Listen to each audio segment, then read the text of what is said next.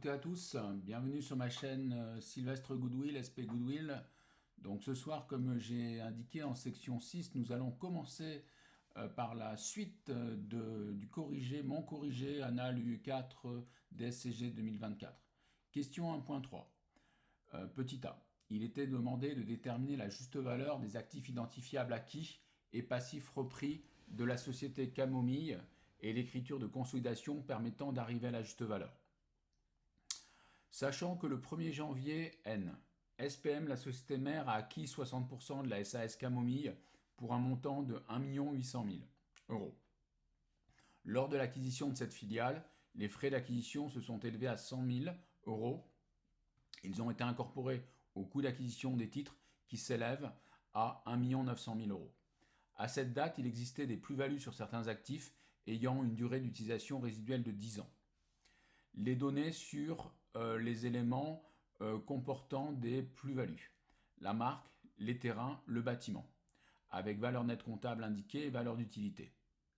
Nous avons également des indications concernant l'état des capitaux propres. Alors très important, à la date d'acquisition des titres de participation de la filiale par la mère et qui correspond aussi à une date de prise de contrôle. Dans le cas qui nous intéresse, prise de contrôle exclusif avec 60%. Donc la société filiale est intégrée selon l'intégration globale. Bien, en consolidation. Alors, dans un premier temps, donc pour déterminer la juste valeur des actifs identifiables et des passifs repris, c'est-à-dire des dettes équivalentes, ce qui s'en rapproche des provisions pour risques et charges par exemple, repris pour la SAS Camomille. Oui, j'ai marqué Camille, c'est la Camomille, on est d'accord. Donc à la date d'acquisition du 1er janvier 2019, nous identifions l'actif net comptable dans un premier temps, pour lequel nous allons apporter des corrections afin d'arriver à l'actif net comptable corrigé, qui correspond ici à la juste valeur. Donc nous prenons l'actif net comptable équivalent à l'état des capitaux propres, puisque vous savez que dans un bilan, actif comptable moins dette comptable, mathématiquement, nous donne l'état des capitaux propres. Donc nous repérons à la date d'entrée dans le périmètre de consolidation la valeur de l'ANC ou si vous préférez les capitaux propres. Donc vous avez capital social, réserve, résultat, 600 000, 600 000, 150 000. Nous sommons, ce qui nous donne un total de capitaux propres qui était directement indiqué dans le texte, dans le sujet de 1 350 000. Donc nous partons de CCP, encore dit ANC en équivalence. Nous rajoutons avec leur signe les plus ou moins values latentes. Alors ici, on était dans une situation de plus-value, puisque vous voyez que sur la marque, la valeur d'utilité est de 100 000, alors que la valeur nette comptable est de 0. Donc on compare la valeur réelle, 100 000, à la valeur comptable, donc 100 000 moins valeur comptable de 0. Donc nous avons plus 100 000 pour la marque. Maintenant, au niveau du terrain, sa valeur d'utilité économique est de 1 200 000, alors que sa valeur nette comptable est de 1 million. Donc, le terrain fait apparaître, du fait de l'évaluation, une plus-value latente de 200 000. 1 200 000 moins 1 million. Quant au bâtiment, sa valeur réelle, valeur d'utilité, est de 700 000. La valeur nette comptable est à 400 000, donc le terrain présente une plus-value latente de 700 000 moins 400 000, c'est-à-dire 300 000.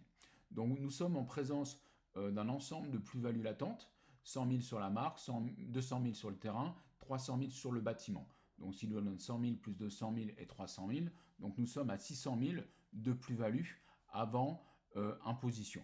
Donc nous rajoutons au capitaux propres cette plus-value.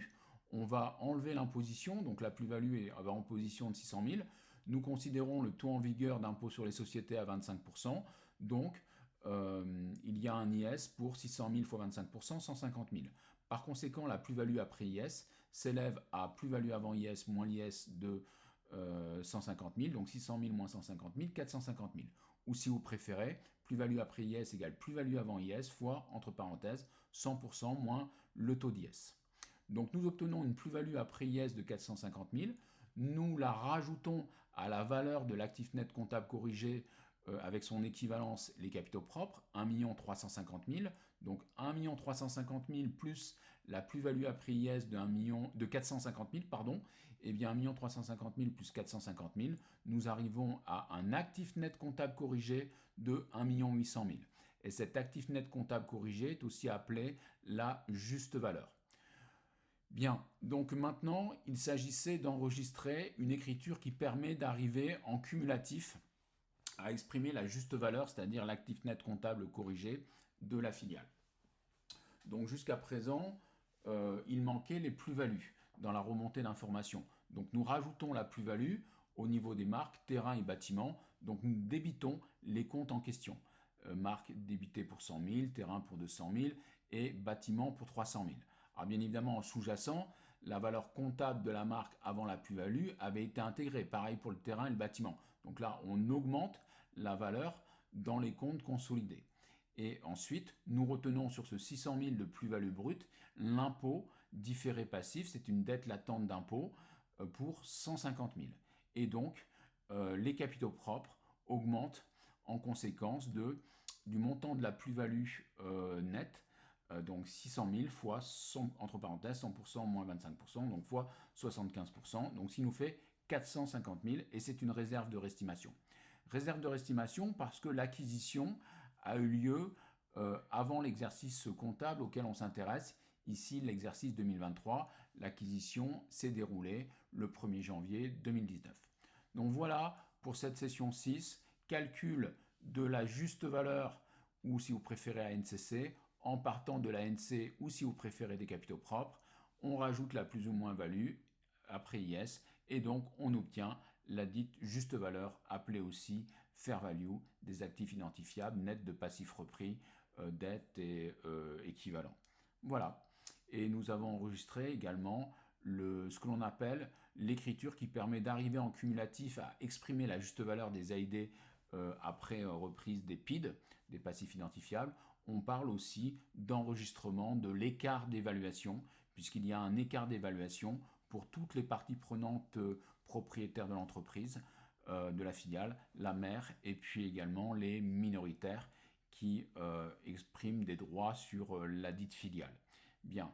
Et après, nous allons suivre cet écart d'évaluation. Ça veut dire que la juste valeur fait l'objet d'un suivi. Et cet écart d'évaluation, on regardera s'il y a des éléments qui font l'objet d'un amortissement. Ce sera le cas notamment de la marque et du bâtiment. Donc dans une session 7 pour ce suivi de l'écart d'évaluation. Très bien, je vous remercie, à tout de suite. Au revoir.